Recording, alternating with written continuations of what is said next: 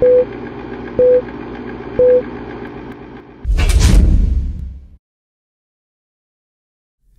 and welcome to GCTV. I'm your host, Joe White, and today we have special guest Robert Maier. Mr. Maier is the guiding force behind Studio C Cinemas in Cornelius, and today we're going to find out what Studio C is all about. Thank you for joining us, Mr. Maier.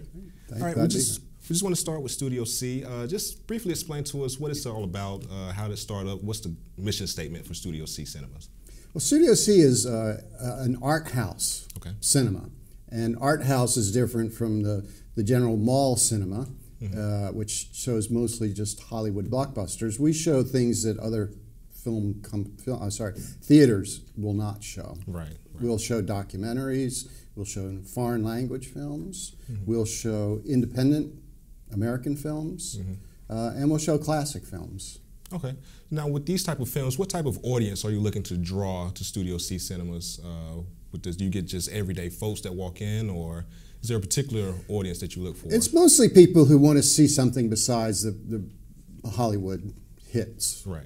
They want to see something that might be a little bit more challenging, surprising, a new kind of story, a new way to tell a story, or just new information. Right. Now, with that being said as well, can you describe a time or what movie has brought out the biggest crowd or the biggest, that's had the best reception at Studio C?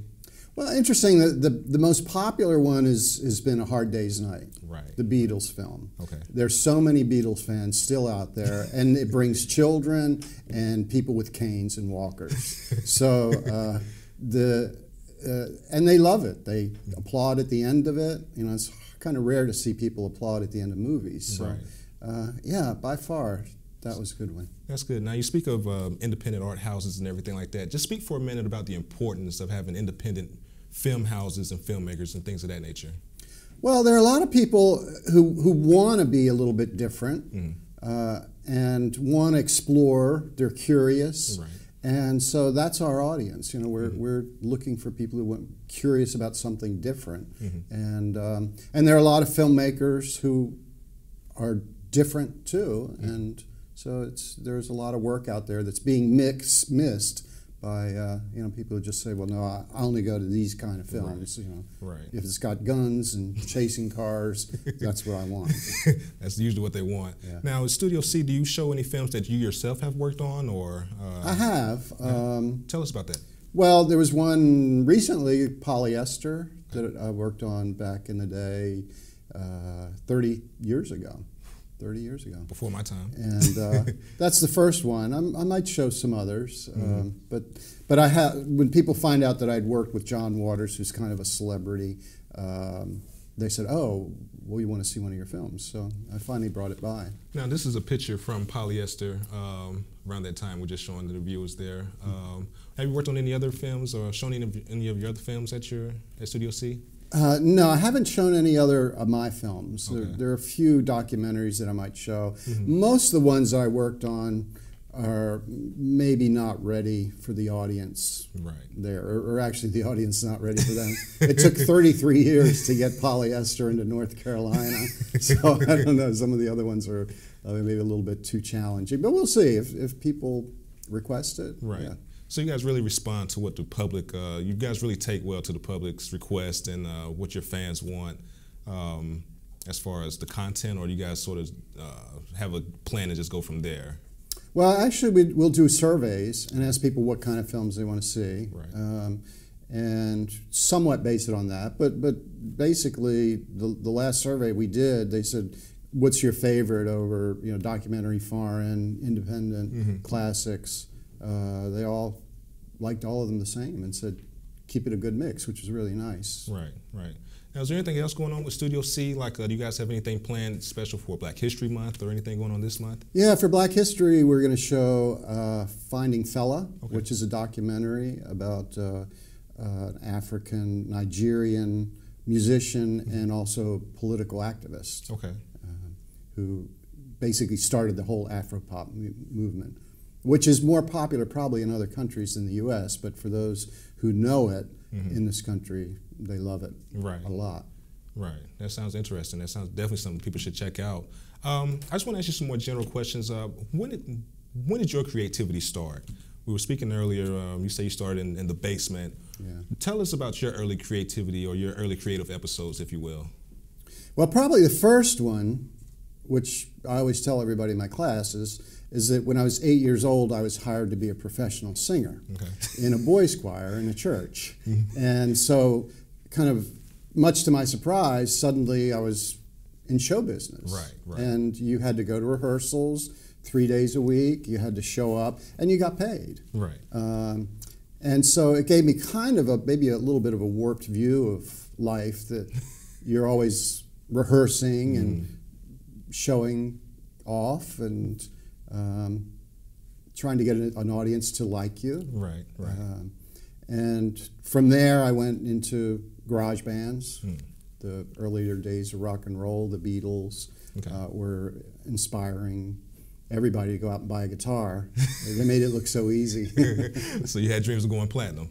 Yeah. What happened to those dreams? Well, I went into, I was in bands up into college, and then when I got into college, the college I went to happened to have a TV production program, and I was looking at a friend's textbook, and it said, I started paging through it, and I said, man, this is all about how TV is made. Right. And he said, yeah, I'm taking a introduction to film. And I said, you can study films here? And TV? And he said, yeah, I'm majoring in it. And I said, whoa. Now, you talking about in college, what college was this? American University in Washington, D.C. Okay. And so from there, you took that inspiration and just ran into going into TV, film, and everything like that? Yeah, I fell in love with it from the first second I walked into the TV studio. I'd always liked it a lot. When I was in the boys' choir, we'd be on TV kind of regularly, and I always thought, well, gee, that's really interesting, but I never thought you could actually get a job in it. Right.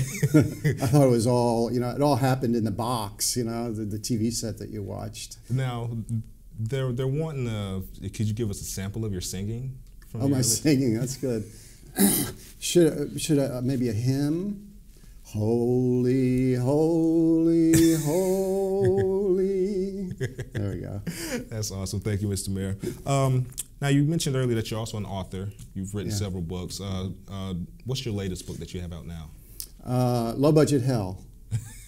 Making underground movies with John Waters, which covers a 15-year period in my life, basically, about starting out right after college. When I was 22, I started working on my first movie, and as a sound recordist, and moved on from there to producing short films, like industrial films, TV commercials. Right. I did political commercials for a while. Yeah. Really? But I don't think anybody I made one ever got elected, so it didn't last very long. Now tell us more about John Waters. Who is John Waters? John's an artist who came up around the same time as the Andy Warhol, the underground movie scene, the really wilder side of the 60s and 70s. And he started out making really notorious taboo-breaking films, and went on to write some books, and he's now gives speeches primarily. He's an entertainer, gives lectures, and then he also writes, I said books. Oh, he's an artist. Oh, he's an artist as well. Sculptor and painter, and very successful. That's great. That's great. A couple of things I have of his. Hopefully there'll be a legacy for my grandchildren, and they won't have to work the rest of their life. That's always if we important. don't sell it. Yeah. Now, tell us some more, just bringing it back local here. You're also the head of the broadcast department here at Gaston College. Tell us about what that role entails and some of your daily responsibilities in that capacity. Well, I came here originally thinking I'd just teach part-time course. Right. And they said, well, we're not looking for somebody just to teach one course part-time. We're looking for somebody full-time. And they described the whole thing and said, well, we really want to build this program. And since I'd had 15 years experience at WTVI in Charlotte, the PBS station, as a director of production, they said, well, you could probably build this from scratch. And I said, well, if you got enough money, we could put it together. So they said, well, we got some money. So I said, well, we'll try it. I'll try it for 5, 6 years and So it's been 5.5 so far. So I think my time's up right now. Just kidding. What would you say is the state of the broadcast program? Do you like the direction that it's headed, or where do you want to take it going forward? Yeah, I think it's a lot of fun, and I think a lot of students enjoy it. You know, if they really have a passion for it, this is, you know, the best place in the world. Right. It's small. It's like a family. They've got pretty much all the equipment you need, and there's not a whole lot of pressure of competition and grades, and it's going to come and learn at your pace. Yeah, yeah. It's definitely fun. I can say from experience, it's definitely fun, and I do appreciate it. Well, thank you, Mr. Maier, for taking time with us today to talk about Studio C Cinema and your life, frankly. Thank you for being here. Great to be. And hopefully our viewers will be there to visit your Studio C Cinema soon. I'm Joe White. Thank you for tuning in to GCTV. Right. And just like boot camp, audio boot camp. Yeah. And I think probably just be about as good as a whole semester. Yeah, but trying to put that together, All right, guys. So we're going to start back to thank you again. Okay. Oh, that's a good shot.